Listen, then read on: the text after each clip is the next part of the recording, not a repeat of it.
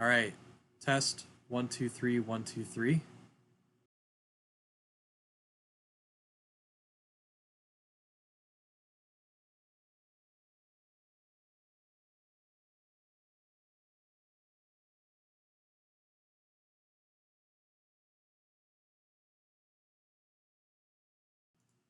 I think we figured out how to mute on OBS. Sweet. So I'm talking now.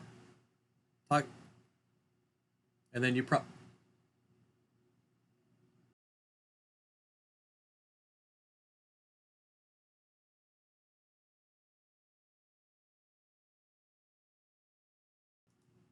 Sorry, I'm just cutting that off.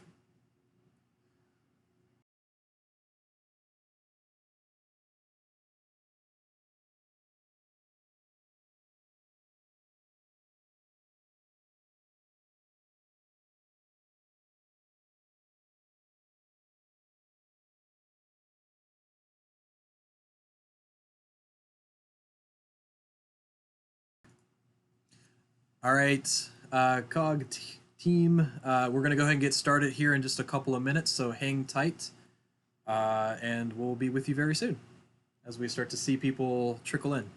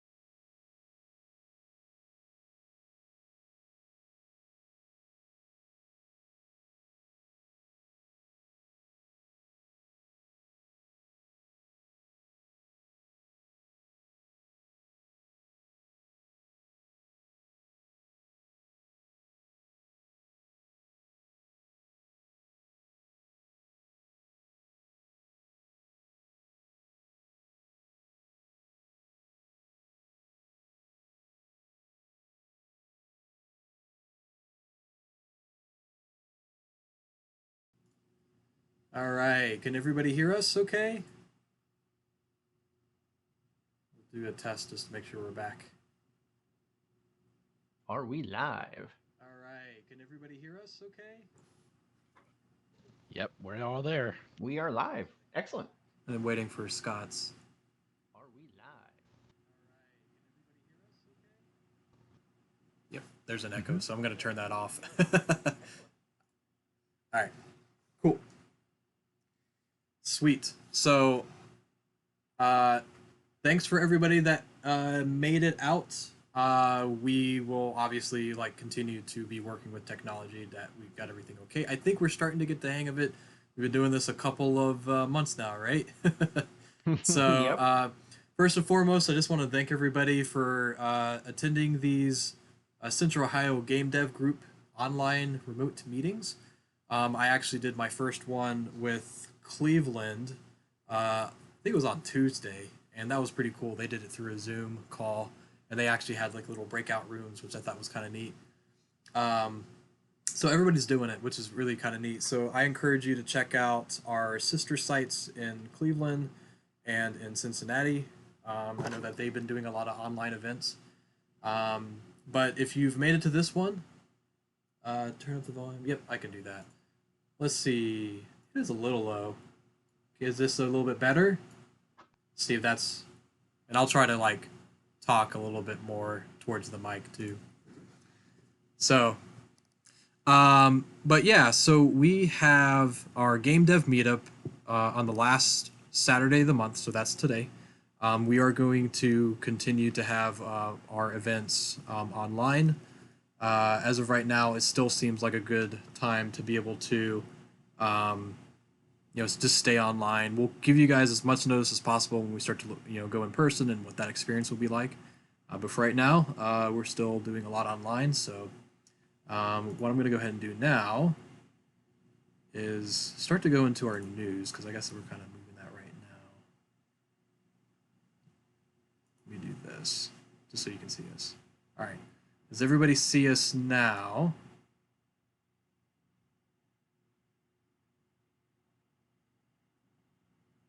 Yep. There we go. All right, cool. So if you don't know us, my name is Wesley Adams. I'm one of the coordinators for COG, as well as Caleb and Scott. So my background is in a wide variety of different things: 3D animation, 2D animation, some game design, and other different kinds of elements too. So it's lagging a little bit. Is it gonna catch back up? Of course, right when we were doing a video. Okay, I think it's good now. Sorry about that, guys. I don't know. We had a little bit of hiccup this morning too, so we'll kind of play it by ear. But essentially, I work with my day job is in e-learning, so I guess that's my bread and butter, so to speak. But I also work with multivarious games. We're working on a title called No Mercy. I've been working on that and doing some more stuff there. So that's been kind of pretty exciting. But yeah, I'll let Caleb, if you want to do, I guess I'll just point to you. What's your background? What's your involvement with COG and other things? Yeah, so I'm the freshman of the COG admin team, as it were. But these fine gentlemen have been awesome to work with. Yeah, my background, I come from a long history of wanting to make my own little games and things. Actually, I'm really proud of the earliest games that I was working on was for a DOS program called ZZT, and it was just this little ASCII art graphics application, and you went around and did things, but it had a rudimentary programming language combined with a level editor. And I was doing this back in early middle school, kind of fifth, sixth grade. And you could create rooms and build little scenarios, and I got really good at building all kinds of stuff. Of course, because things happen, my hard drive on the computer where I built some of the things I was most proud of crashed. Back in seventh grade, probably seventh grade, and I lost some of the stuff that I had the most fun making. I had these really cool little. I had cutscenes and everything. It was really neat. Didn't look very impressive, but I was pretty proud of it. So yeah, I was doing stuff back then, and I've been doing Game Maker and some RPG Maker stuff, and of course Unity now as well. And I did a master's degree in digital storytelling at Ball State University, where you basically you come in from a bunch of different disciplines and you study storytelling, and then you apply them to whatever discipline you want. And so my focus was in digital, video game design and analysis, and so that's kind of like I'd say that the game that basically turned me into a designer was Bastion. So I had to write this paper on some kind of digital media. At the time, I was kind of unsure exactly what I wanted to do, so I focused on Bastion, and I wrote this paper, and I loved talking about the design of Bastion. And pretty much everything I did after that was all video game focused. So, yeah, a lot of fun. Super glad to be a part of this all. I love doing the Let's Plays, talking about design, talking with people about their games during prototype and play. So much fun. Yeah, it's great to be a part of this and what all of y'all do. Cool. Thanks, Caleb. So you'll see him actually, him and Scott, which I'll let him introduce himself in a sec, but they'll be doing the new type of meetup meeting called Let's Plays. So basically, we get a variety of different games that we play through them, and then we let you guys vote on them essentially, and then find kind of one of the best ones. Last time we did Hollow Knight, which was kind of cool. The time before that was the Pedestrian. So definitely a lot of really cool options there. So without further ado, I'll let Scott take over and talk a little bit about himself. Hey everybody, I'm Scott. You probably see me around. I've been with the group for quite a while. For how long has it been? 6 years, I think, something like that. Too long. Ever since I moved to Columbus, too long. Yeah. And it's like time to go. No, it's something that I really like with this group is all of you guys. This being part of this group has been incredibly rewarding just because of how much activity you guys bring to the group, the different diverse set of skills, and the care that you guys have for each other is just fantastic. It's incredibly rewarding to be part of what you guys do. So I've also been, just like Caleb has discussed, I've been doing development as a hobby mostly for too long Yeah. to describe to like what you're saying, Caleb, to go back to the roots. The very first dab into development is on that computer right there. Which welcome to my home, guys. By the way, this is my office. And that So beautiful painting behind him. that's right, yeah. And in quarantine, dabbing with painting, which I haven't done I haven't done that in like 20 years, and that's been a lot of fun. But yeah, and this Apple II right there, that very same machine, I did tinkered with games that allowed you to do your own level design. But there was a game that really hit it off for me called Adventure Construction Set that allowed you to use their tools to create a full adventure game or a fantasy game. And that was a fantastic experience. That's what kicked it off for me. And just like you said, Caleb, every single thing I ever made on that machine is gone. It has not survived today. So, yep, and including things throughout the 90s, it's just it never survived. It's so sad. Yeah, So but sad.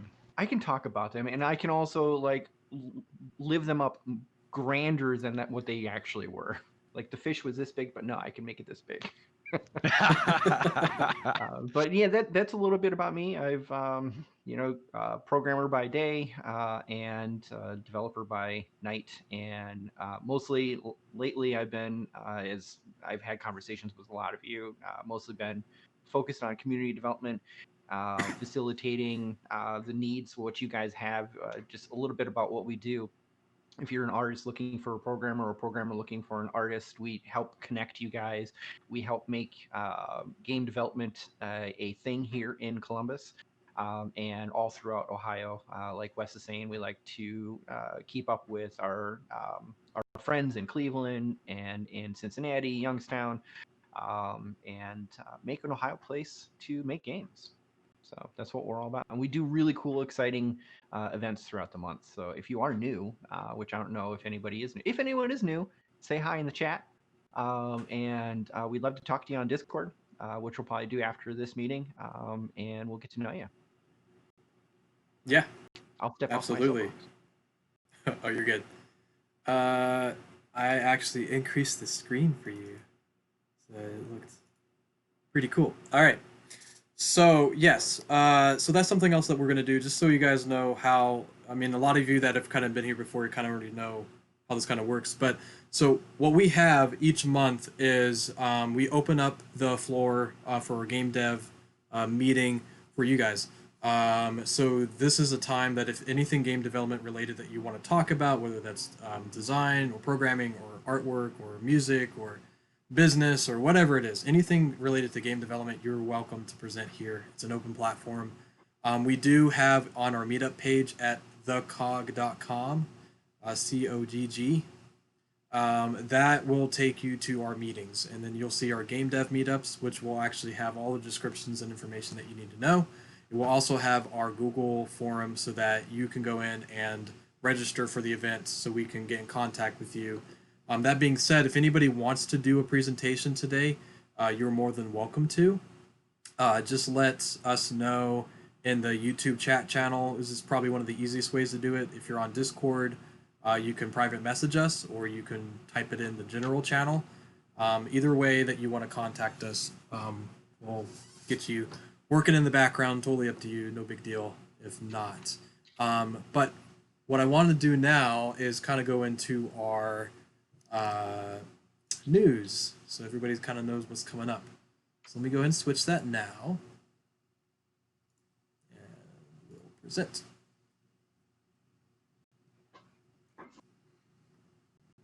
Maybe. Let's try it. I don't know why my computer's struggling. There we go. Let's see if it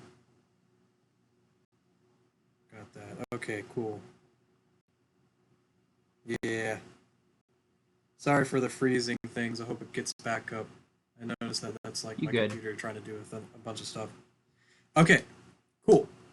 So, July 25th, we've got a couple of things just to note. We've already mentioned a couple of things for some of you. We make connections with a collective of game developers who want to help each other make games. So basically, our main job is just to funnel everybody together and know that there's opportunities to be had by connecting with each other. We collaborate with other different groups like CCAD, Columbus State, OSU, like we mentioned, Cleveland, Cincinnati. There's Youngstown, Dayton. Just let us know. There's a lot of different places. So we have 3 events now that we're doing each month. I know it's kind of crazy. We added another one.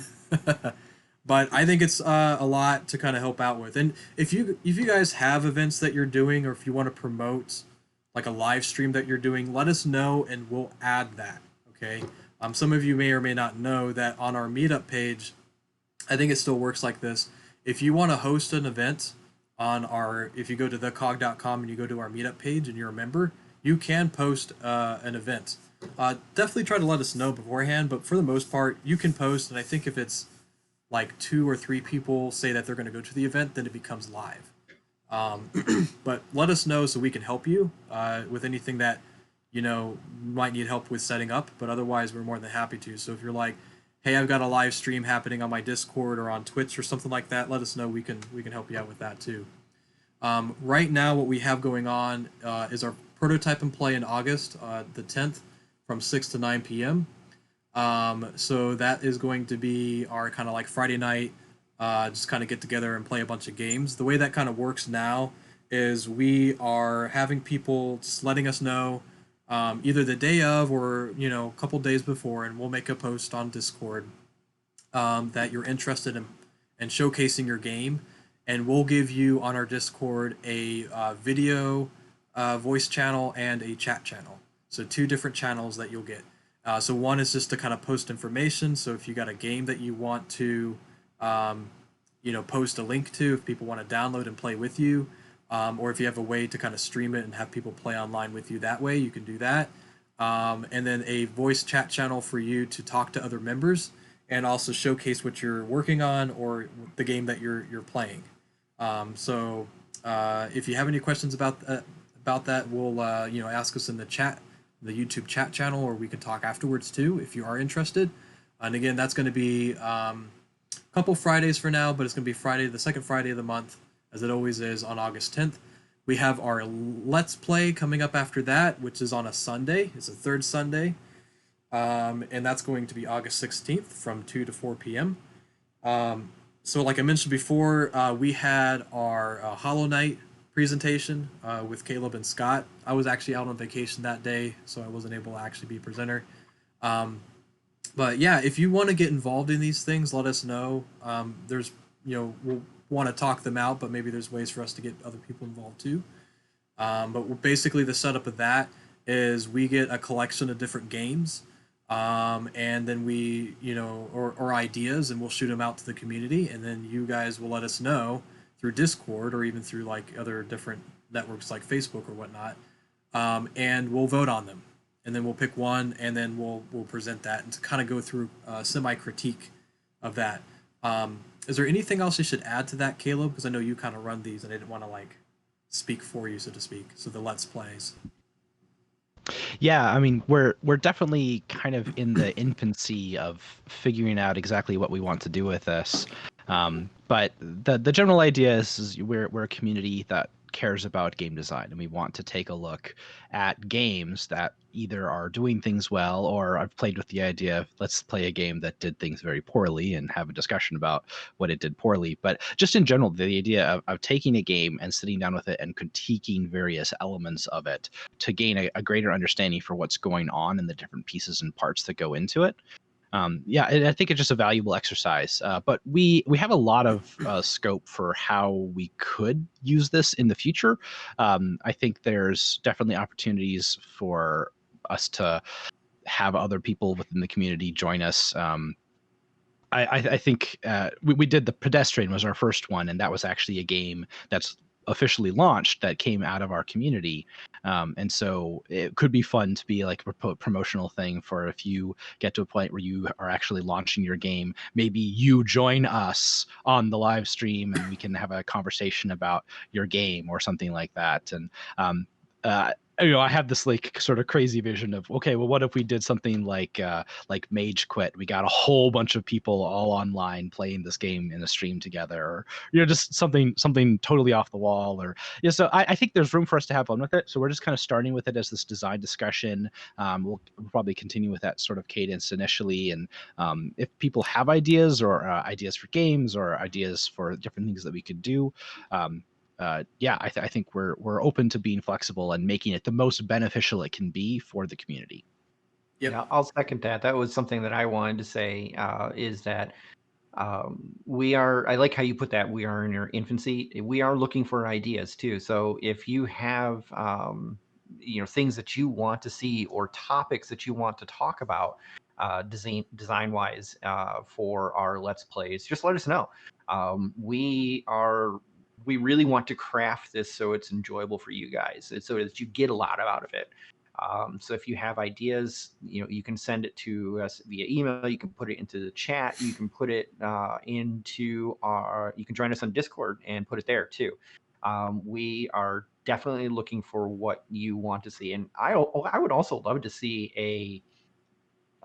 a developer discussion too on the Let's Plays. I think that would be a lot of fun. So that's what I wanted to say. Go for it. Cool. All right, so that's our new event that we're starting up. And then our last one is obviously this one that we have, which is the last Saturday of the month. And that's coming up August 29th from 1 to 4 p.m. So for today, like we're going to have one presentation. I'm just going to do a fairly quick one. And then what we're going to do after that is we're going to, log off of YouTube and we'll go back to our Discord channel on COG. So anybody that is interested in doing a talk or doing like a conversation piece and catching up with people, this is kind of like our way to kind of like mingle with each other. You had a thought?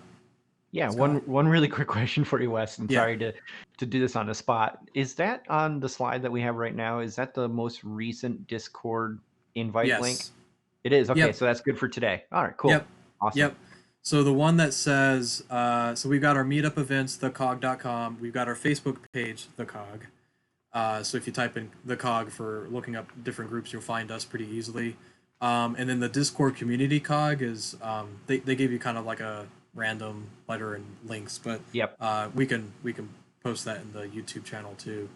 And then our YouTube channel is, it's a crazy string of letters and names. We'll get that out soon enough, but for the most part, that's what you're at right now. What we have been telling folks, if you're new to our channel or you haven't done so yet, likes are nice. It's not a big deal, as they say, like, ooh, likes and subscribe and ring that bell and all that good stuff. The big thing is we're trying to get 100 subscribers to our YouTube channel. We're up to like 73 right now, and that will allow us to actually change that URL name so it's easier, so then we can share it. So if you can subscribe, great, that'd be appreciated. No pressure. If not, no big deal. But that's kind of one of our big goals. Are you typing that down, Scott, or can I go to the next slide? Go for it. Okay. So, news and updates. We have still about 1,800 members, which is great on our meetup page. That's really amazing. Like I said, we have about 73 subscribers to our YouTube. We are continuing to go through our website information. It's still a long process, so we'll keep you guys updated as we go through that. We got our new Discord. So not a whole lot in June, July yet. We'll get you more information, but in August we are still staying at home. As we mentioned before, all our events are going to be online. Again, and once we kind of have a better idea when, we're kind of watching, the local state and the CDC guidelines just for information about where things are at.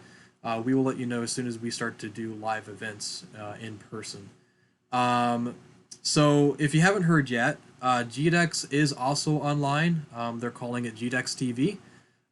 If you haven't yet, and you are or have subscribed as an exhibitor, you should have received a survey. Please do fill out that survey. Essentially what that means is it's going to give us some more information. We're starting to tie things up and what we kind of want that experience to be. But we're looking for exhibitors to give us feedback on what their thoughts are on what they find as the most ideal for their experience as an exhibitor. And I know that a couple of you have asked us in the past, like, if you're not subscribed as an exhibitor, but you want to be, does that mean we can do so now? And the reason why we haven't said yes is just because we're trying to finalize a couple more things. Like I said, we're probably about 90% there about what we want the experience to be, but we're tying down the experience of what it's going to be like for an exhibitor before we promise what you will be getting out of it if we do allow more exhibitors to sign up.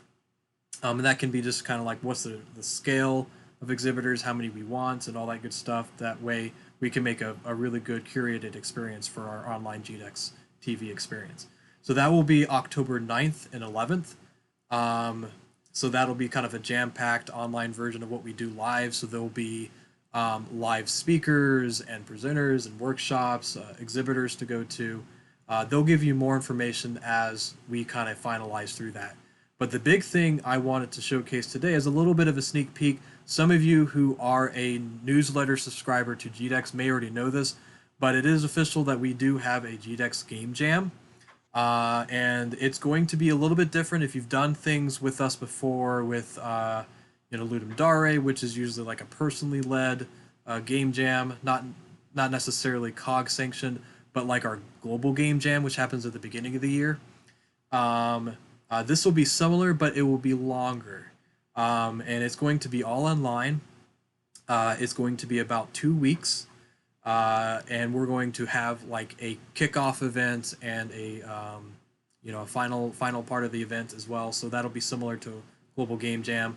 And we got a couple little surprises here and there that we'll kind of showcase. More details are going to be coming soon for that. Um, and just kind of keep you posted on that. So that should be a lot of fun. And we should have a lot of really cool things happening throughout the event, like speakers and stuff. We're going to try to get some folks in if we can, but still to be determined. And we're going to be currently right now we're looking to host it on something like a itch.io. We're starting to set that up. We'll have like a Discord channel for that we're setting up now. So you guys will have all the resources that you need to work on this throughout the week. And it will be team based, so you will get there with other folks and working on a team with other people too. So more details to come with that soon. So then GDEX will actually be able to showcase that a little bit more with more details. So let's see. Oh, I think I saw John said that. What did he say? I'm kind of like looking through my phone.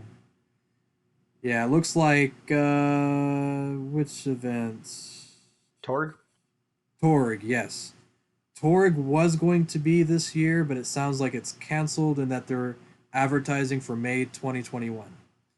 So thanks, John, for that information. So those of you that are kind of like looking for that, it looks like it's going to be pushed to next year. So if you do the Retro Game Con for Torg, keep a lookout for next year. So, but cool. Am I missing anything else, guys, on events? I think you're good. Let me see if I got anything else. Okay, so here's what we got. I'm going to be showcasing a presentation right here. There's and I've been talking about doing this for a while, so it'll be kind of fun. So there's a tool called Core. It's a kind of like I wouldn't say a software necessarily, but more like a game engine where you can make different types of games. If you're familiar with sandbox creation games like Project Spark or Dreams from PlayStation, this will be similar to that. So I'll be kind of going over a light version of that just to kind of let you guys know about that. But as I mentioned before, if you guys are into the chat channel and you have something you want to showcase, let us know. We'll get you guys set up. And then after that, we'll do group networking and discussions. During the event, during the YouTube live session that we have now. And then we'll be going to the Discord channel and the general chat channel so that you guys can go in and talk to each other. And we'll be in there too for a little bit for those of us who can stay. I'll be there the entire time. And it looks like Scott put in the chat channel the Discord for COG, so if you wanted to take a look at that, you're more than welcome to. And then I think that kind of tapers off and everything I have. Did you guys have anything else that you can think of you wanted to add? The only thing I'll say is, and I put it in the chat too, that many of you know, I always say this about game jams, but if I'm really excited about the GDEX Jam, I think it'll there's a lot of things about it that sound really exciting, and it sounds like really big in scope. But if you've never done one, I highly encourage you to give it a try. No matter how you feel, if I'm not skilled enough, or I don't feel comfortable, or I don't really have a team or anything like that. All those things, don't worry about it. You do have to kind of like build your comfort up so you can work with other people, but it's a highly rewarding experience. It's no matter, there's no really losing at it. No matter what you get, no matter what you accomplish at the end of the weekend, you get something out of it. It's an incredible amount of fun. You meet friends, you get to talk with people, and you learn how, I always say this, you learn how to throw away bad ideas quickly because you have a limited amount of time to build something. I said it before, and I'll say it again, it's an incredibly rewarding experience. So I highly suggest it. I think it's going to be really fun. I think it's going to be really fun. Yeah, and so they're a lot like our global game jam sessions. So when we get there, we'll be helping to like, you guys can come in with a team already built if you want to. That's perfectly fine. So if you I mean, I would probably say hopefully you don't get more than like 6-ish people, because then it gets a little bit crazy. If you want to, we're not going to stop you. So, but but in general, what we'll do is kind of like what we've done in the past. We'll team you guys up, and the idea would be that hopefully we'll get you in with other people that have a mixed variety of backgrounds, so that you have the tools that you need to work in that. And if you have no game development experience, like Scott said, that doesn't matter. What we usually say is that you default to a game designer, which is really important. It's actually probably one of the most important parts of game development, I would really argue, because you're basically creating the structure, what the game's like, how it plays, and that's really important to especially the initial discussions of the game development process. And then you learn more. Like you may learn programming that you never learned about, or art, or what we're going to be doing this year is posting it on something like itch.io. So you may be thinking about, if somebody else comes in here and plays the game, what are they going to see? So like promotional stuff. Yep. So it's a really exciting one things. of the one of the coolest things I've seen with people who are uncomfortable with their experience, or maybe don't have a computer or something like that, is they learn how to make sound effects with mouse sounds. Right? Yeah. You get one of these things, and you just make all sorts of crazy sound effects with your mouth, and just put that in straight into your game, and it's a lot of fun. The effects are hilarious out of it. We've had quite a few excellent games Yeah, that's right. with and it's really like the difference between them being it's a game jam game and just really really funny is the sound effects that somebody just Right. went into a room and recorded themselves making all kinds of weird and wonderful things. Yes, sound effects excellent. So cool. Oh, and one last thing I wanted to remind you guys. I know that as a lot of us, I mean, I know a lot of you are out there now working on games, either solely or or with a team online, and it's kind of a little bit more of a challenging experience, because you have to promote yourself online, you have to develop, at home, and trying to get feedback can be challenging. So we encourage you all that if you have a game in progress, or if you're looking to release a game and finalize it, feel free to use our prototype and play, which is that second Friday of the month, because that's a great way to get feedback, as close as you can get in some instance, because I know it's not perfectly aligned, but get feedback on your game so you know how it's feeling, how it's looking, and even if that means that you're playing it and sharing it in Discord and having people give feedback live, like that's really important for the game development process. So if you do have something like that, please again like keep a lookout for it. Again, our meetups are on thecog.com. Our prototype and plays are up there. Please do sign up for them and let us know in Discord, and we'll help you set up a channel. So cool. I think that was Yeah, and one actually last thing. on that, last time there was somebody who had their game up on itch.io and you could download it, and I think Scott and I both did that, and we played through the whole game. We just had this really fantastic discussion about the design and different elements that were going on in it. So like obviously like if being able to show your game is really great, and if your game is something that is possible for you to put in a system where someone can download it and then play it and you can talk with them about it either as they're playing it or that kind of thing would be even better. But yeah, there's a lot of options for us to be able to share and prototype each other's games. Obviously never quite as ideal as actually like somebody sitting down with the controller and you watching them play it, but we make do with what we got. That's right. Mm-hmm. Cool. All right. Uh, cool. So without further ado, I think we're going to move into presentations. And then if you guys have anything else that pops up, like, hey, I forgot an announcement, let us know. Scott and Caleb will be looking in the chat channel. I'll try to be looking as well. And then we'll try to make those announcements periodically. So I'm going to go ahead and move. Let me see if I can do this somewhat seamlessly. All right. Let me see if I can.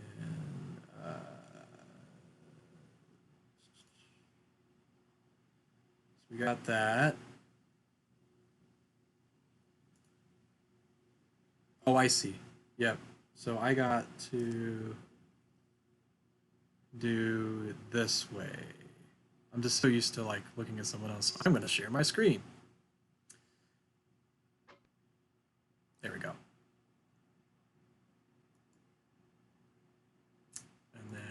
I'm going here. And then I'm in a full screen. But I gotta, before I do that, I gotta move it over so I can actually see what I'm working on. There we go.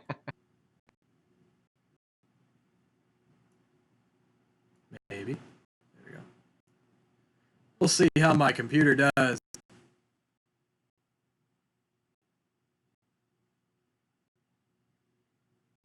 it's not liking that.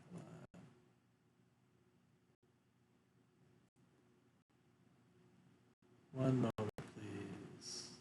There we go. Cool. All right. So, for today's presentation, I'm going to go over kind of an engine I've been looking at for a little while called Core.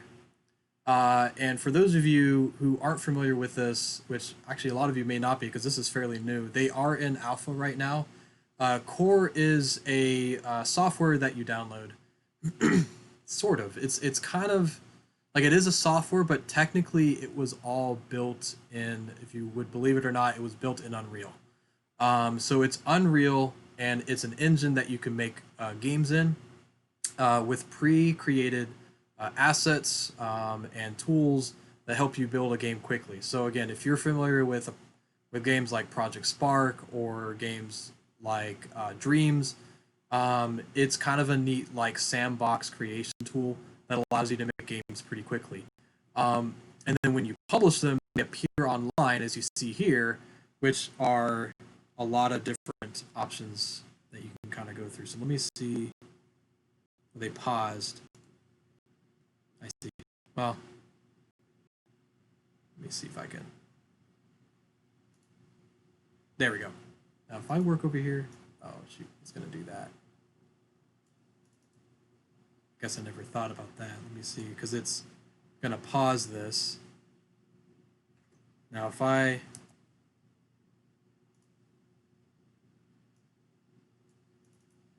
that's interesting.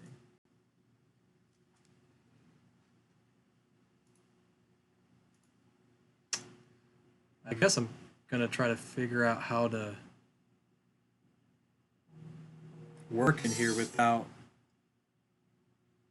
shared OBS. Yeah, you're right. Let me see if I can change something else. I gotta add something to Discord.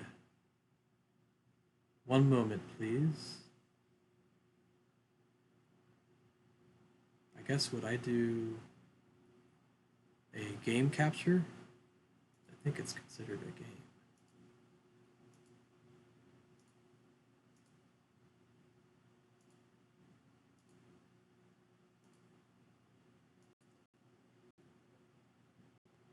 Okay, I see what that is. Not a game capture. Let's do display.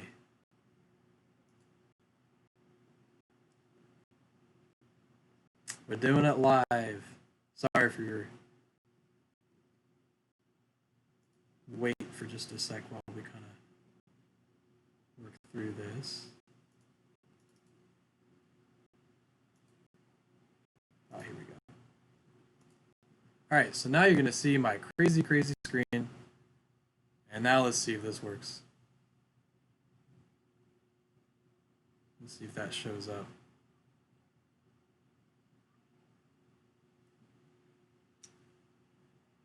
All right. Okay.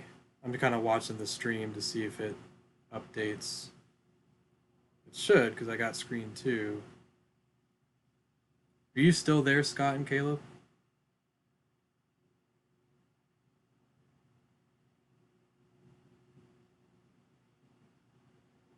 Oh, I don't hear you guys at all.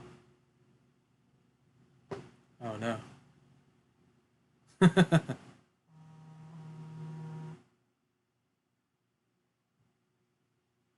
That's interesting.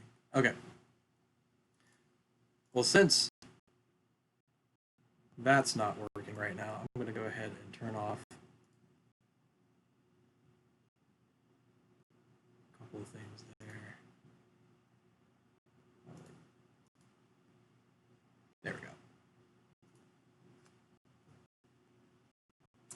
This is fun.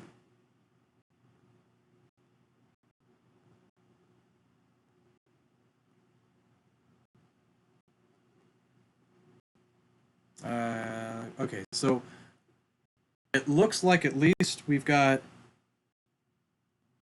our window up.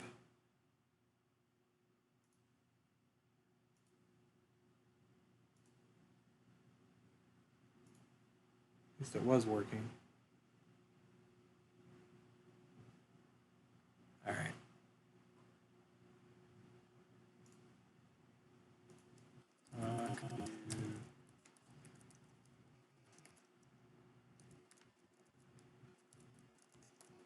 Okay, I know.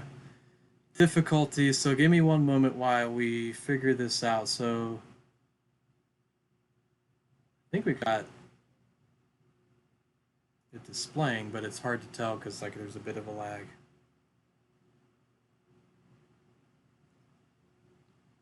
I guess my thing is, can you hear me?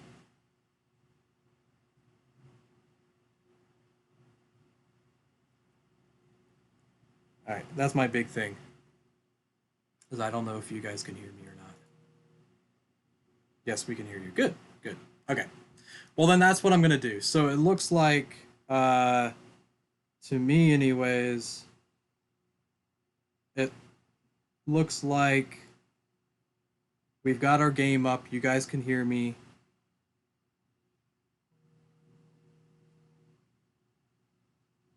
Okay, cool. Good. All right. Well, then we're going to run with it, and I'll figure out the audio with Scott and Caleb later, which is fine. They're laughing at me. I can see them. You can't. So we're going to just kind of run with that. I don't know what happened. It's something with me like changing OBS, which I probably shouldn't have. Just kind of caught that up. Okay. Anyways, good. So let's go ahead and dive into core. So as you notice, we have a lot of these different games that we can play. And what's cool is that it's curated by anybody that actually is a part of this. So it's like, where you can sign up online and actually download the software.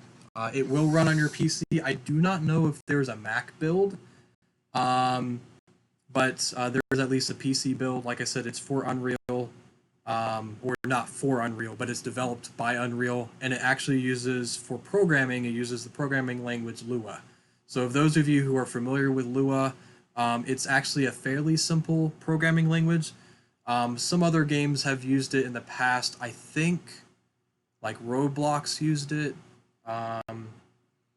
So this is kind of a fairly simple programming language to use, and they have a lot of documentation online if you're interested. So I'll kind of show that too. Wonder if it will pop up. Nope. Okay, never mind. I'm not going to do that. I'm just going to focus on core. All right. So what I wanted to do today is kind of a live demonstration of what core entails. And this is going to be a very broad sense. So what you can do essentially is you can kind of make your own avatar. That's kind of cool. I mean, for me, I'm like, that's kind of neat. But for the most part, I don't really mind either way. So, so what we have going on is, a couple different characters you can use, and these will actually be players that you can kind of modify within the game if you want. It's kind of got that, I guess you're into it, Fortnite feel. So you can kind of make your own characters that represent you as a profile. Not necessarily what you are in the game, although you could make a character like this. But it's just kind of something neat. So there's your customize tab, and then over here on the top, there's the create tab. So I've done a couple of tests, but we're going to go ahead and create a new one. So it's a fairly simple UI and setup. There's really not a whole lot that you need to already know. Hence why I kind of thought it was kind of cool to present today. But it does get complex if you start to go into some more complex concepts. So what I'm going to go ahead and do is I'm just going to go ahead and create a new game, and it'll pop up this menu. You can create an empty project. You can create one with a framework, or you can create one from community projects. Project Spark actually did this a lot, where you could I forget what they called it, but you could like clone a community's game and actually run with that, which was kind of cool. So if you're like, hey, I really like the mechanic of such and such game, and I wanted to utilize that but differently in a game I wanted to make, you could do that. Today we're just going to focus on the empty project, but if you wanted to, there are game frameworks. So if you wanted to view the frameworks, there's a lot that you could work with here, and this would kind of be a jump start. So there's like third person. There is your death match, your team deathmatch, battle royale, last man standing. So this kind of gives me a lot of like Halo vibes, especially like King of the Hill. That reminds me of that Halo concept. But basically like a almost like a third person, first person shooter kind of game. But there's a lot that you can start to work with, and you kind of break these down. So let me see resources. There's a lot of information here. So if you guys wanted to learn more, they have Code Academy, which is basically if I understand this correctly, it actually I think it's between a paid and not paid subscription because this is in alpha right now. But they do, if you're interested, they do have a Discord, and they do announcements of when they do live feeds, and they actually have ways to teach you how to use the tool. Um, Sorry, I'm getting a message. Via Discord, you can hear stop your stream in Discord, only OBS and YouTube. Oh, gotcha. Let's do that. Well, I don't want to display capture, browser chat, desktop. Sorry, guys. Let me see. Discord. Discord's turned off. Are you hearing overlapping audio? I'm breaking up. We'll take any current we can get. Okay.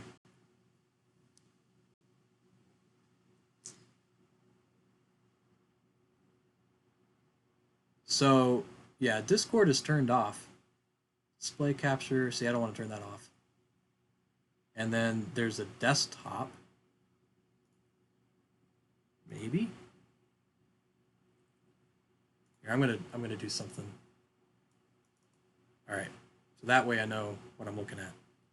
Does that help? I guess I'll hear in just a sec. All right. Hey.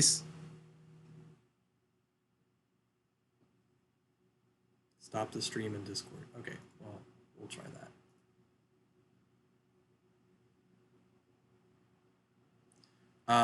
If I stop the stream in Discord, I mean, I can jump out of the channel. Let's do that.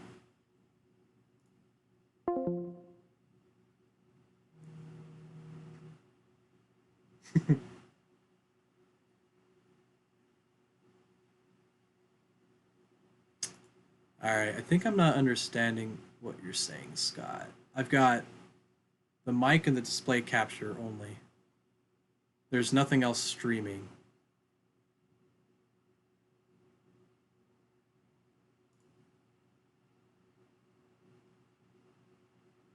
All right.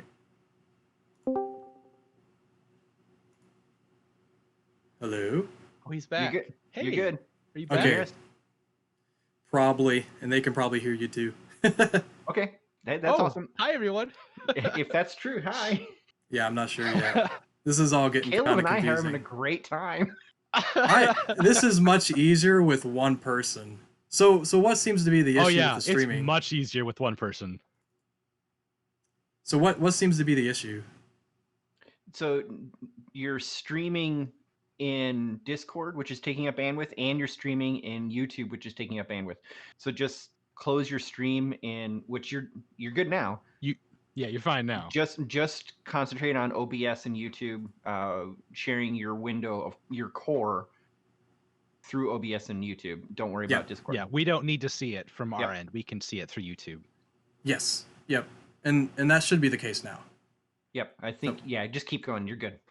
Okay. All right, back to the resources page. So we've got our Core Academy, which we just talked about. There's the Creators Hub. So this is like documentation that if you want to learn more, you can find more information in that. And then if you have, let's see, you have feedback, you can give feedback there. So I'll kind of jump away from that. And what I'm going to do is just go ahead and jump right into starting a new project. So if you go to new project, start a new project, you can call it whatever, which I will call it whatever. And create. And that's going to start off, looks like I'm starting off with a third person template.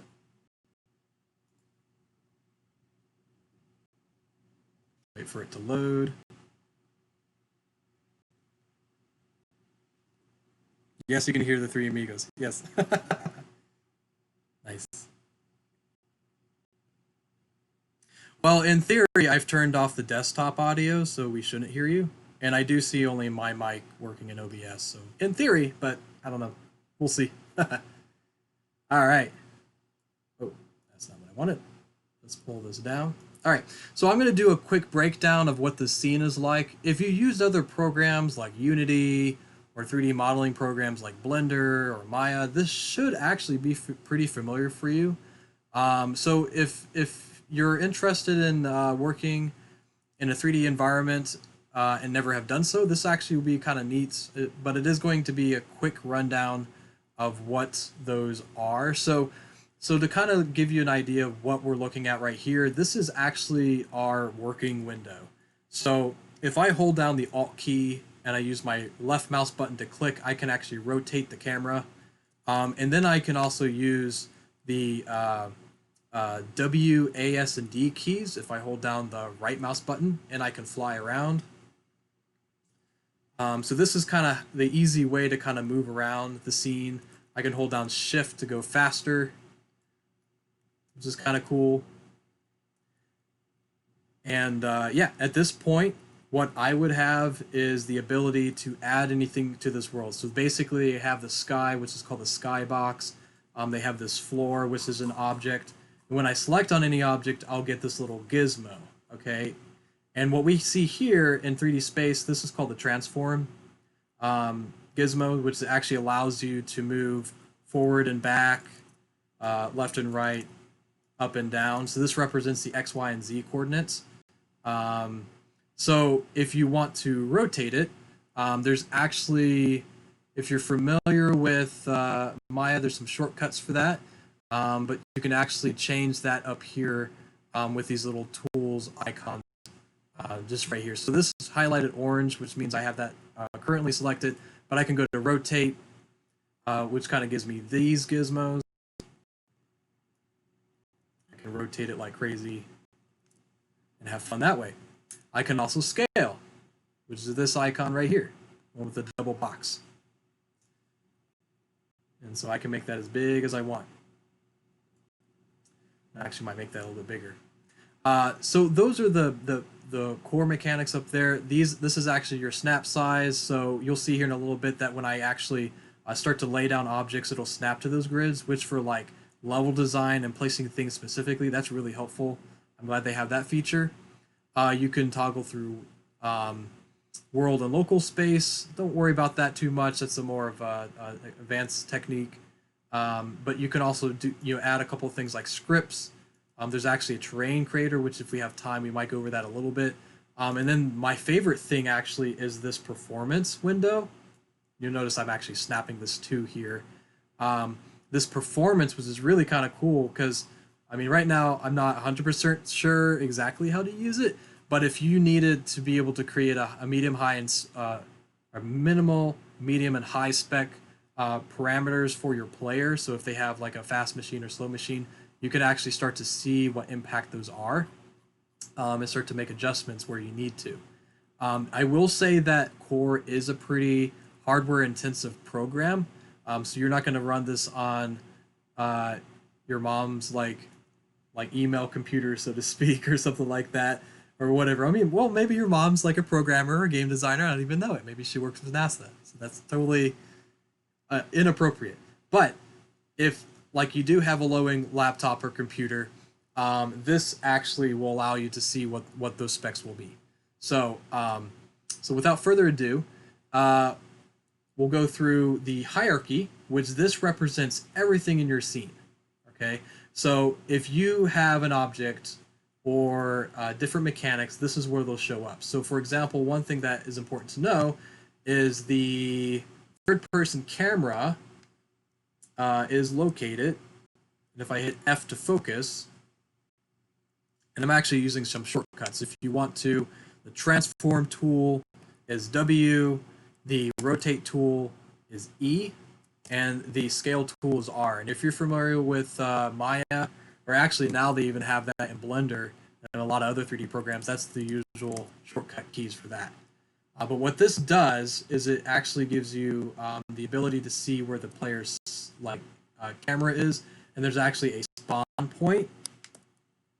Let's see if I can focus in on that. So if I select an object in the hierarchy, hit F for focus, you'll actually be able to see that there. Actually, it doesn't look like it's showing up like I want to. Huh. That's okay.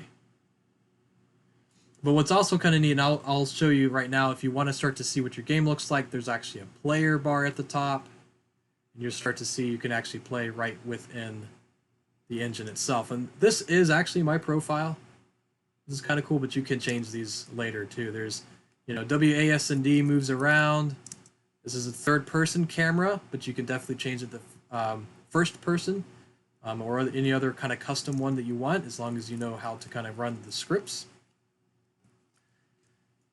And then we have our default sky. So we'll talk about skybox. So that's that blue sky up there, and the floor, and that's kind of what you get as well as the game settings. So you'll notice that we also have this properties window, and when I start to click on these different objects, this properties window will change, and you'll probably be familiar with that if you actually use Unity. So if you need to understand like the properties of the entire game settings is probably a great way to start. You can add things to these properties. So if you want to add a custom property, right now you'll see that it has options for ragdoll, if you want that or not. There's enabling the player storage, so if you want to save stuff throughout the game, like if they open a chest and you want to make sure that that's saved, I assume that's probably something you can use here. There's a chat mode, so if like you had multiple players, there is actual online multiplayer options, and there are actually like options that we'll go through here in just a sec, what you can do with that kind of stuff and how you can add that into your game. But you can add custom properties here. So these are kind of more for things like for code and scripting. So if you needed to add a boolean or a color value or something like that, depending on what you have, you can add that there. So just to kind of keep moving, we'll kind of keep progressing along, and I wanted to go through some of the core content, because this is kind of the meat and potatoes of like a lot of the things that you can start to add into your creation of the world. So there are options to import content. So if you're importing this, I still am not 100% sure what that means. If that means custom stuff like your own 3D models, or if it mainly means like community content, meaning like objects that people have built in other games that they made, which is probably more likely the case. This is where you can add that. But they also have your 3D objects. So this is kind of cool. You can add in, like, this is everything that is showcased in the 3D objects. So you can start to add in things. So if you like wanted to build, like a house or something like that, you could actually start to, create your own objects. And you can notice that, when I bring that in here, you can start to see it snap and all that. You can scale this up. There's like not really the same part for it, but that's fine too, because like you may want to start to move these around in a way that they fit, even though they're not meant to fit with each other. And I could scale this down a little bit, and I could let's see. I've never tried this before, but Control D for duplicate. How about Control C, V? Yep, okay, that'll work. And then I can like, surprised they don't. There might be a different way to change that, and then I'm gonna like very roughly scale this in the other direction. Oop.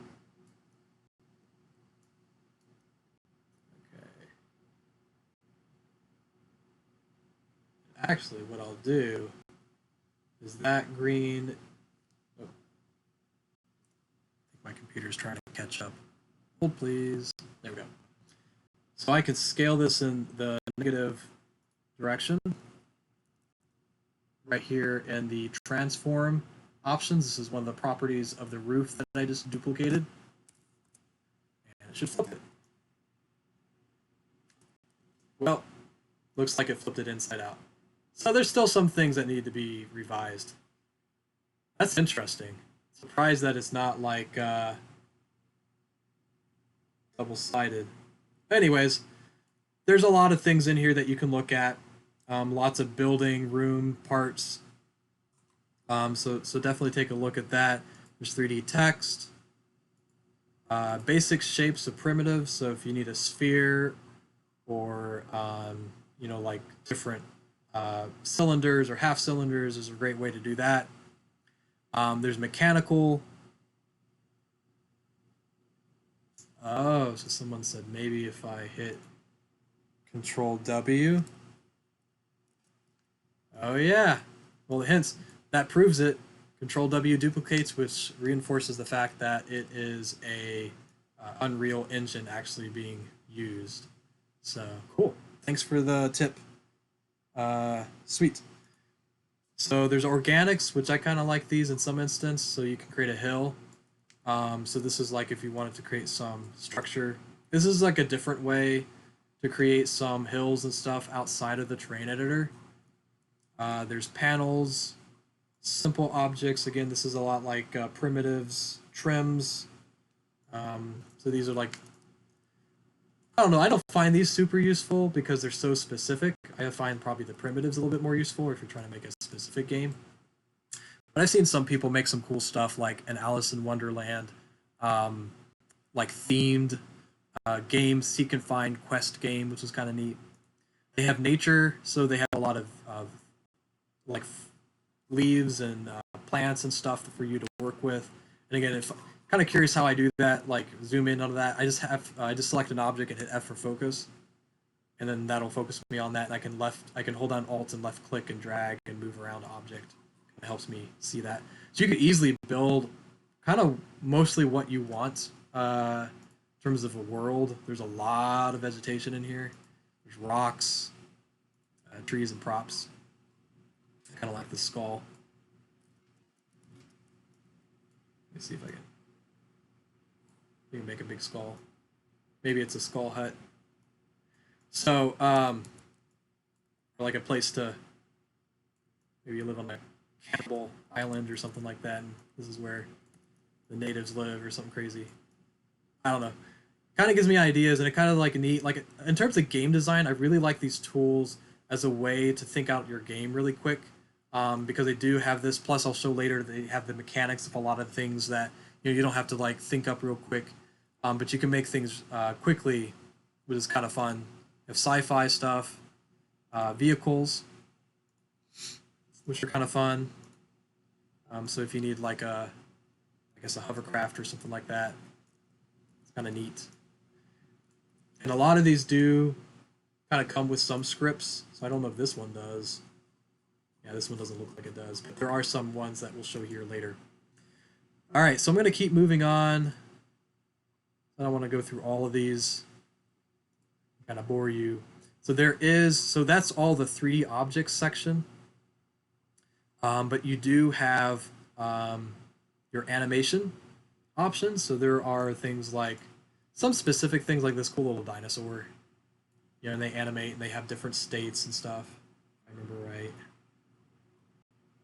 Yeah. Well, at least they have a relaxed state. Yeah. So cool. So they have a lot of more properties because they're a little bit more of an advanced model. And you can put people in here too. So if you need someone who's a quest, they have an option too. They have an audio section. So if you needed to add like a component that holds like a game object that holds like background music, like they have acoustic campfire stories. So there's like a lot of different options for music. Um, as you notice, there's my computer's like, what's going on? I'm wondering, it's just adding in too much, too many models. So there's music, game sounds, instruments, player sounds, sound effects, UI sounds, utilities, voiceover, weapons. So there's a lot to kind of choose from. There's decals. So I really think these are kind of neat. So if you wanted to add in like decals to stuff to make them a little bit more interesting, like there's soil. To my understanding, you can use these to kind of like paint on things as well, although I'm not really sure how. Like I don't know if they have a paintbrush or something like that. But these are kind of neat to play around with. They're like a type of texture. There's effects, so particle effects. So if you wanted fire, for example, you can make fire. See if I can. Oh yeah, it's working. It's just really sparsed out now. But you can play around with that. You can play around with the options on your properties channel to kind of make those a little bit more bigger or whatnot. So if you're familiar with that, if I know better, I know better. I'm not going to play around with these because if you've ever played with particles, they're a very expensive resource. I've got the feeling if I play around with these too much, my computer might freeze. So I'm not going to do that. But if you want to yourself, feel free to change that. I mean, it starts to get to be I could change the color. I'm not worried about that. So I can have blue fire or something like that, which is kind of cool. But I don't know them enough to do this live stream. So outside of changing some of these, you'll just have to kind of play around with them a little bit. So there are, yeah, I'm just thinking like that'd be easier. So there are specific particle effects.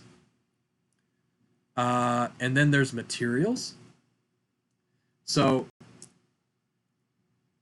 I'm actually going to go ahead and turn this off. So computer's not going crazy. And turn you off. Turn you off. Turn you off. Okay.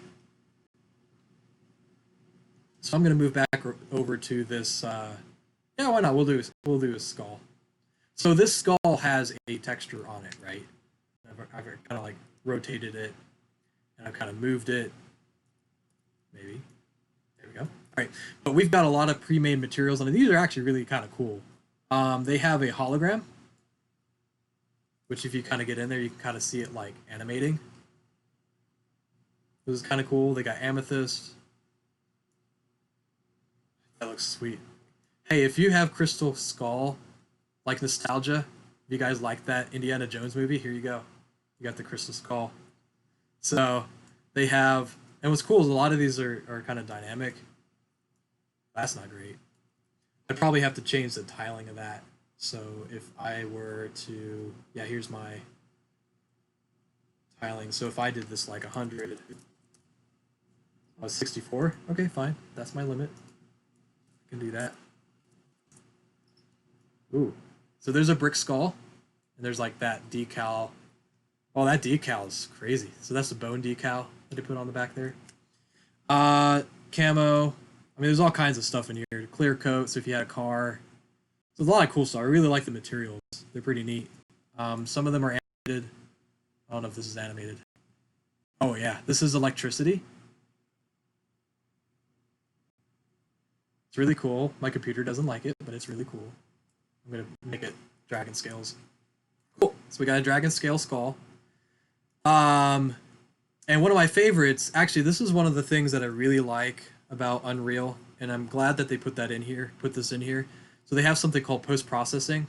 So if you're familiar with Unreal, these are kind of things that allow you to create environmental effects. So if you want something to look like sepia tone, say if you're doing a cutscene or something like that, or if you want to create an underwater scene, which I'll show here in a sec, you can create these post-processing options, which kind of adds some more spice, so to speak, to your world.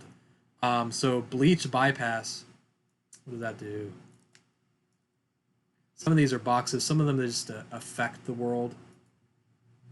Because that's not a good one. Let me do a different one. So there was bloom. Okay, so this is it's subtle, but you can see how it kind of like tightens the contrast a bit. There's a color gradient. Nah, I don't need that. There was one that had lines. Oh, you guys like chromatic aberration? I don't know how to use it, but shoot. Okay, there was one for. I'm gonna do this. Oh, here it is. Speed line. This was cool. I can get my computer back. Sorry, it's like, oop. There we go. Like lagging on me a little bit. All right. So this is a simple sketch. So this kind of makes your whole world look like a. If I can get it. My goodness. I'm sorry, guys. There we go. All right. So it's doing a post process of like finding the edge line detection and changing the world to kind of like a paper-like texture. So that's kind of cool. You kind of turn that on and off. But this one's kind of neat too. There's some post process that allows you to look like you're underwater. So if you, I'm not sure why it's not showing the boundary box. But usually there's a boundary box that you can see. Maybe I might have to we probably have to reset the program. But if I enter inside, imagine there's a box inside of there, but you'll notice that once I enter inside of that, everything starts to like wave like water. When I look up, there's kind of like this, I guess, looking at the sun underneath the water. So that's kind of fun. I like post processes. There's skyboxes. I'm going to turn that off. Skyboxes, so if you wanted to change stuff. So right now, if I wanted to change the sky to like an early morning, I could do that. It's pretty easy.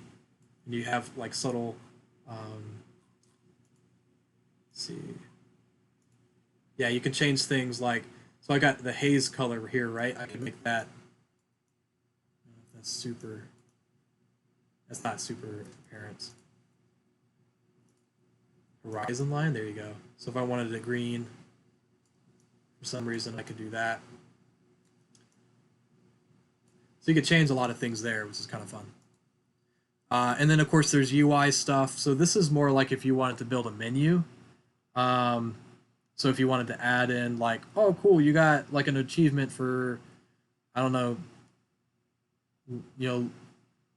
obtaining the crystal skull, so you got the crystal ball achievement or something. You could add that to your UI. And then there's a utility, which this allows you, looks like a lot of different options for, I guess, I'm not really sure. The color palette, I guess that's just to allow you to see what the colors look like in your lighting. There's the measurement tool. Yeah, that's kind of useful. So these are probably tools for you as a developer. So that's actually kind of nice. It's something I wish they would have had more of in like Project Spark or whatnot. I guess that's weapons guide. So cool. Moving on to game objects. So these are game components. I gotta get my computer back. There we go. These are kind of objects that exist but have like scripts and things added to them. Think of them as like kind of like, if you're in Unity, they're kind of like prefabs in a sense, sort of. But they are objects that are ready to use, as to my understanding. So if I like, there's a lot of guns in here. But let's just say you wanted, I don't know, like a hammer. So there's a hammer.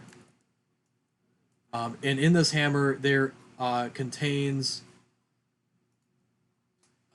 pickup trigger, a hitbox trigger, an attack 1, an attack 2, and then the server context. So again, you can actually do a lot of stuff online. So there are scripts which are further down that you can add in scripts to for online gameplay. So if you needed to understand, excuse me, you know, how a player hits another player with an object, say for example this hammer, you'd be able to do that. And I wonder if you can actually, oh, I'm going to turn that off.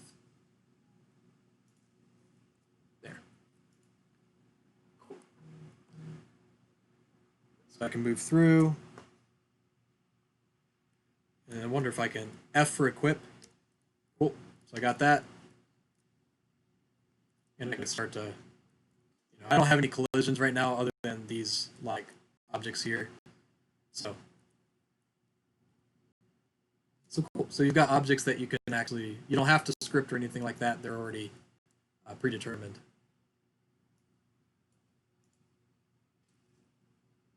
All right. So moving along, you have cameras.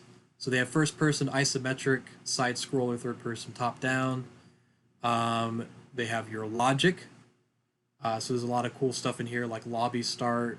Again, they do a lot. It does feel a little bit more like first person shooter games, but they do have a lot of logic for like lobbies and whatnot. Fall damage. They do have basic states. So like, you know, kind of what happens with, you know, like a survival victory, basic game state manager, which is important, right? If you need to kind of capture things at the beginning or set things. Behaviors. So there's a lot of really good information in here that you can add to. Again, it feels a little bit like a first-person shooter in a sense, but you could adapt these, of course, if you like. You know, wanted a racing game, right? You could probably do that pretty easily. There's map options. So if you needed like a portal or a double door, if you needed a door to open from one side to another, they have a lot of like mechanics here. And let's just see if I can actually add that here. Yeah. So this is like a door that now I can cut the logic to. Now I can open. So again, there's a lot you can kind of work with inside of here. So let me just delete some of this stuff. It seems to be slowing down my computer. Cool. All right. So game components can be really useful if you don't mind them being super specific, and then you can modify them later. Gameplay objects are well, they're gameplay objects, right? So they have things like if you need a spawn point. Again, I don't know why it's not showing the UI, but this usually is kind of like a capsule. I bet you it's something in here. No. I'm not sure. But either way, so this is where your player will spawn. You actually do get one of these initially with your third-person game, so you probably don't want to make two of them unless you know you're going to teleport somewhere. You got lighting. So you have your traditional like area light. Again, with the Unreal Engine, this is great. Right? It's always going to look pretty awesome, fairly realistic. And then you got your setting options, so you can, like I said, we have some of these already, but like there's a game setting options, there's player settings, respawn settings, team settings, and then the last one is UI. So if you needed to create UI stuff, they already have a lot of that kind of built for you. And yeah, so that's kind of the gist of the core content. I know that was a lot of information, but like I said, a lot of this is, if you've done games in the past, this is fairly intuitive. If you've not done games in the past, this is kind of a fun sandbox of toys to play around with. And you can kind of start to make things initially. And like I said, they do have documentation. So if you want to get familiar with a lot of the stuff, feel free to move through their documentation. You can find that in the help. And if you go to documentation, that'll open up a web browser. Their Discord is pretty active. So that's a great way to go through there. And if you're not familiar with Lua, they do have an API documentation. So you can kind of go through that if you want specifics to their engine. There are ways to go through the community content right within your game. So if you're looking for stuff, like let's just say I like that dragon, right? I wanted to find a game with that dragon or has a tag of dragon. Here's a couple of them here. So if I want it like, hey, it's my lizard friend, I can import that in. Be sure you want to add the latest version of this template. Sure. In order to do it, oh, I must save. And let's see. Yay! So I got some new lizards. Oh, it looks like they created these dragons with primitive objects. So those are like spheres. That's actually pretty good. Not too bad. But yeah, you can import a lot of stuff from other different games online fairly quickly. So that's kind of neat. There are ways to add in multiple levels. So kind of like if you're used to Unity, these are scenes. So in theory, as to my understanding, reading some stuff online, you can actually add in other different levels as well. So if you need to go from like a main menu to a first level or a like I don't know if it's a puzzle game or something like that, puzzle level 1, you could do that. Go through level 2, 3, or whatever. Um, so it is pretty neat. There's a lot of project content that you can kind of go through that kind of gives you more information here. But that is the gist of it. Are there any initial questions? Like I said, I didn't want to dive too deep into this. There's a lot of information that you can go through, and I would say, for the most part, it's uh, I'd download it and try it out. Like, see if you like it. Like I said, I think it's really good for prototyping stuff.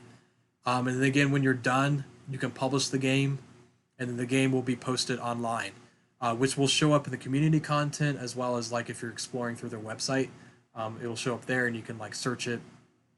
There's probably like a lot of different settings you can add here. So let me see.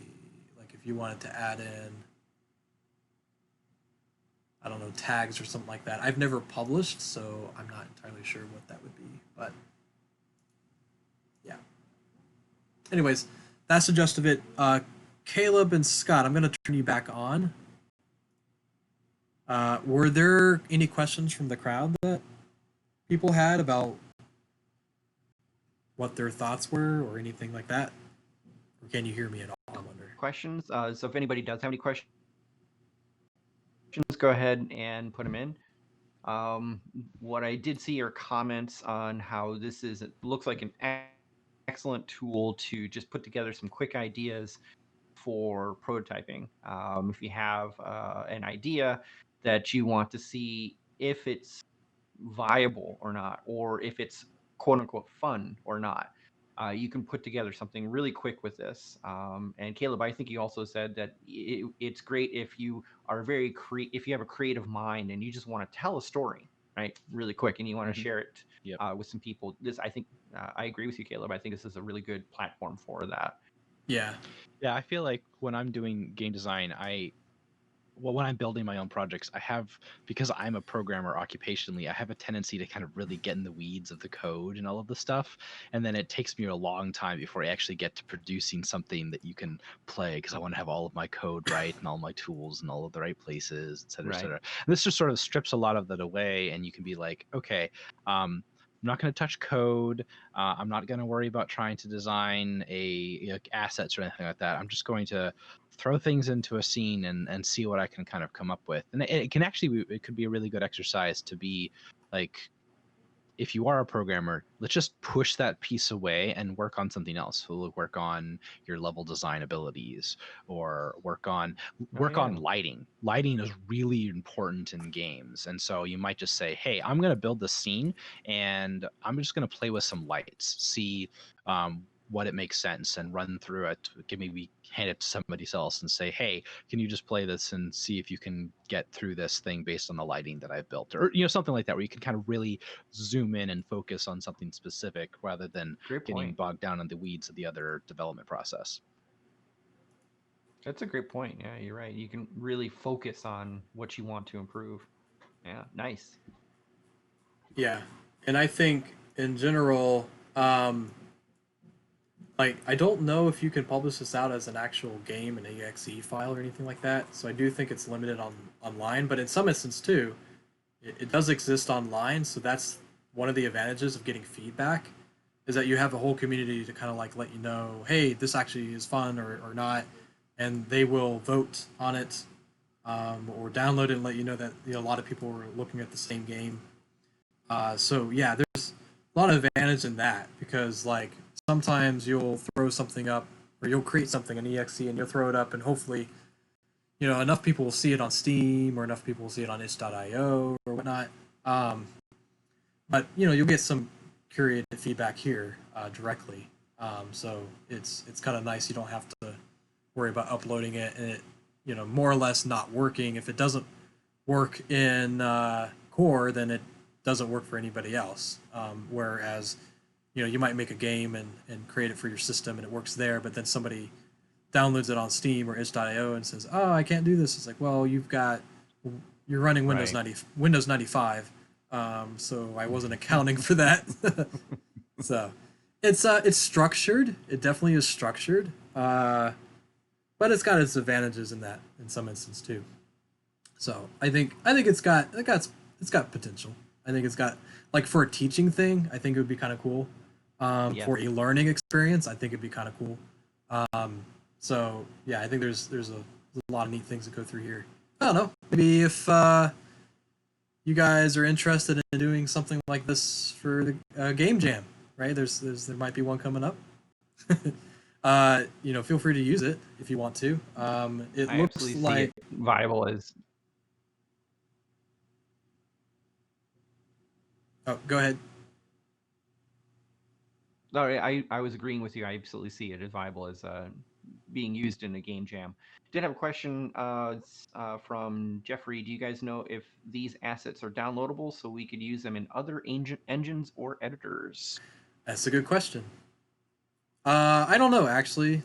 Um, something I was kind of looking at before is I was wondering. I mean, I kind of wonder because you do download this. This not like this is streaming.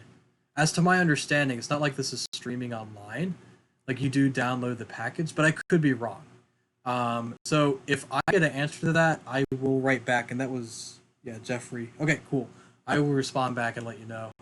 Well, and you'd want to be careful about licensing For issues in sure. that case, For if sure. there's Yeah.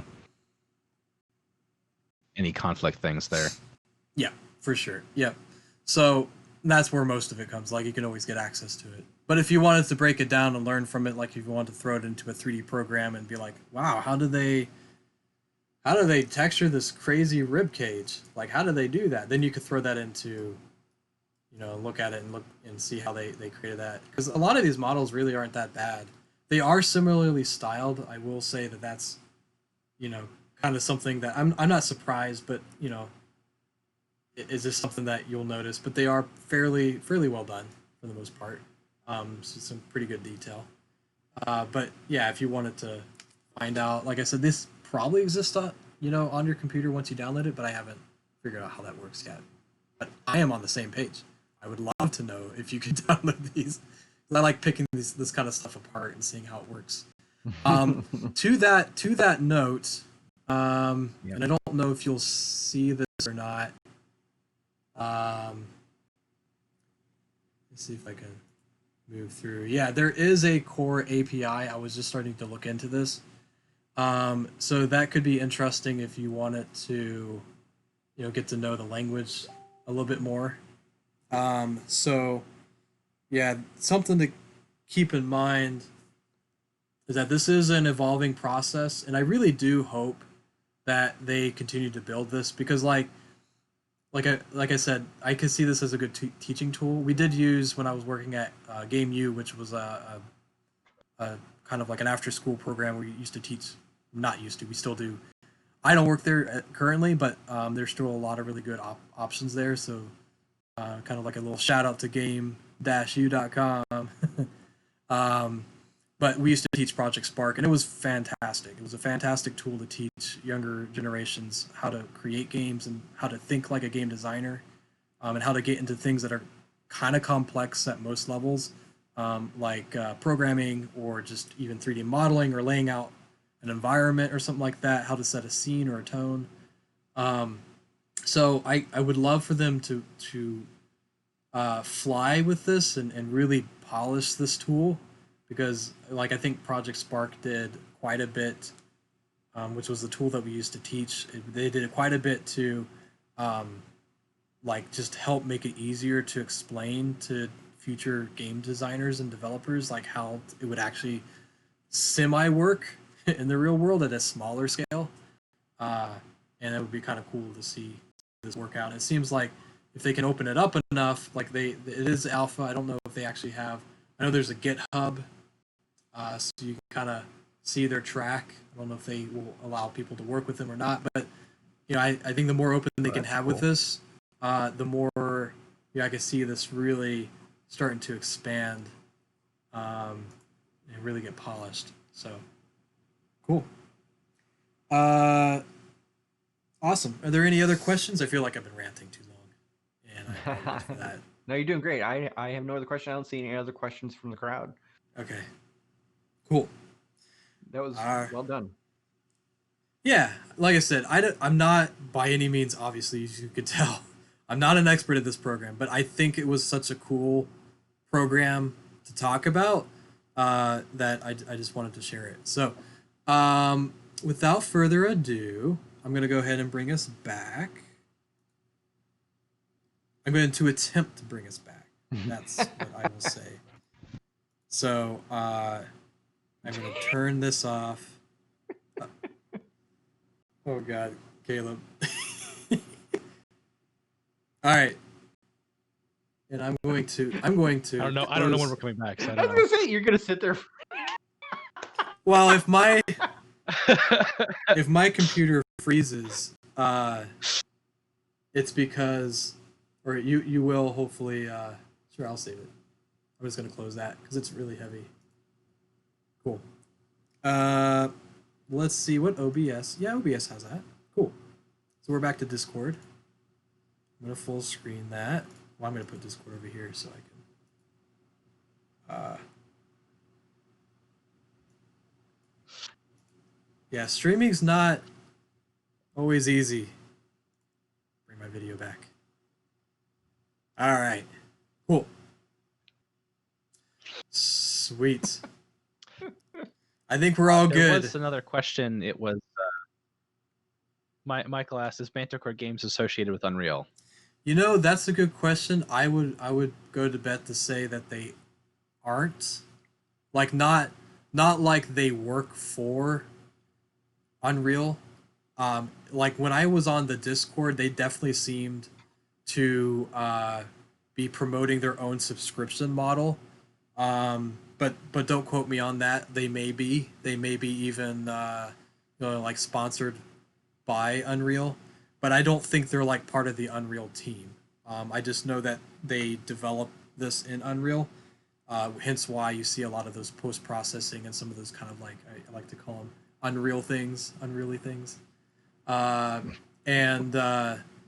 But yeah, it's pretty cool. I'm excited to see how far it's gotten. I mean, to say that was built in a game engine is like blows my mind. But I mean that kind of almost like sponsoring and showcasing the power of Unreal too, right? Like a lot of people use it not just for games; they use it for like simulations and software development, especially if you start talking about complex interactive designs like VR or something like that. We used to do that back in the day with multivarious games. There's a couple projects we had to use Unreal for, and it was just because it had a lot of the tools. And Unreal is like, and that's the interesting thing is Unreal is a like as to my understanding, it's primarily a C++ script based program software. And the idea that they didn't use that for this was interesting. So it makes me wonder if, because they're using Lua, right? So it makes me wonder if they have to convert that code. I don't know, but I just thought that was interesting. So yeah, I don't know. I get like I want to touch all these little buttons and see how they work vibe when I'm like looking at things like this. But yeah, so yeah, we'll see how it kind of evolves and things kind of come up. Again, they have a Discord if you want to take a look at that. That's where you can kind of find the most up to date stuff. And they do As of recently, they think they started talking about doing a paid model for some of their like, because they do like live teaching tutorials. Um, but I don't know if that means like all of it or some of it. They obviously have like documentation and some tutorials online now that you can look at.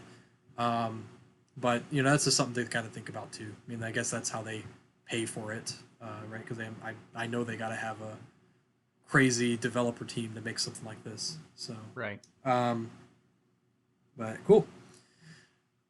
That's all I got for today. And I think that we're gonna kind of stop for that. We didn't have anybody that had anything else they wanted to add in terms of announcements or presentations. Okay. Nope. Last call. If you do. I know, right? No, and that's okay. So we're gonna call it. If you guys do have anything else that you need help with, I think I saw in our Discord channel someone is releasing a game soon. Please let us know. We love to promote our communities with their work, and you don't have to be necessarily cog local. I mean, just don't tell us and it's fine, and even then we don't care. We're pretty open. We're pretty open. We're like, oh, I'm not That's from true. Columbus. It doesn't true, matter. It doesn't matter. We just want to help game developers. We say locally only because it helps us to like emphasize the funneling process of getting developers together because it's a smaller network, so to speak. But we're open. Like I said, we work with Cleveland, Cincinnati. We try to work with them more often. We need to do more often, even more. But we've networked out to places like in Pittsburgh and Kentucky and whatnot, and different events in the past. So we want to continue that. So without further ado, we're gonna go ahead and jump out of YouTube. We're gonna end this stream pretty soon, and we're gonna jump into Discord. And what we'll do is we'll have the general channel. Well, there is what do we have? I was gonna say, what channel should they go to, Wes? We've got. We got a lot. I think there's one specific. Well, I think there's one specific, and actually, I'll zoom out so you guys can see it. Oh, and one last note. Prototype and play. We're gonna go ahead and start to collapse some of these. We clear these out once a month. So if you have anything in like the last prototype and play that has information that you want to keep, go ahead and grab those. We're gonna try to get that done probably end of the day is Sunday. So do that, and then we'll wipe these out, and we will make new ones for August prototype and play. So then if you want to present there, we'll add your name and everything else and set those up too. Oops, that's not the right one. I want it to collapse that. There we go.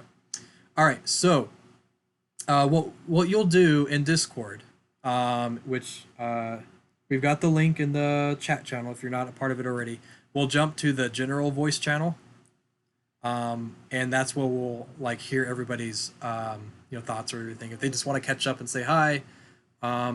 Also, if you're not familiar with it throughout the weeks, if you are working on a project, please do feel free to use these peer support channels. I really think that these are a great resource for people. Can't always guarantee that someone will be available at like 4 a.m. to help you out, but I do like to kind of like somewhat boast that our community is pretty open about helping people. If they can, we're available. And I would just say, just be courteous, and you'll get courtesy back. If you try to work out a lot of the bugs already, and you're like, look, I'm really stuck, and I just don't know. Feel free to use these. You can also use initially when you're working out issues with your game or whatnot. You can use the dev help. I've seen a lot of people use that as a way to kind of like initially ask like, hey, I'm just kind of working something out and I'm not really sure how this works, and get some feedback. And then if you're like talking every 5 seconds, and that's where like the peer support channel will come into play. And that's a great place to kind of like, hey, I've got Unity opened, here's the code, and I run it, it still has the issue. And that's kind of like a great way to see stuff in real time. So we're gonna go ahead and chime off for the day, and I'll switch the. Come join us in Discord. Yeah, so go ahead and feel free to join us. Where you don't just have to listen to us; you can actually talk to us. Right. Yes. Yes. So Let we'll somebody be. else do the talking. I know, We right? talk too much. I know. Well, that being the case, we invite you to all our different events. We love to hear from you guys. Yep. Not that I don't like listening to Caleb and Scott. We love to hear, and interact with you guys and hear from you guys and hear how things are and try to find ways to make COG even better. Because you all are worth it. But yeah, definitely. Thanks for stopping by. We'll hope to see you guys at the next event. Feel free to check out thecog.com. Eventually, we will have a more robust page that currently just goes to our meetup page, but that does go to a lot of our events. So, in the meantime, thanks for everybody that was able to come out today and see us. Our next event is our prototype and play. So feel free, please do come to that event. And if nothing else, you guys have the great rest of your weekend, and we'll see you next time.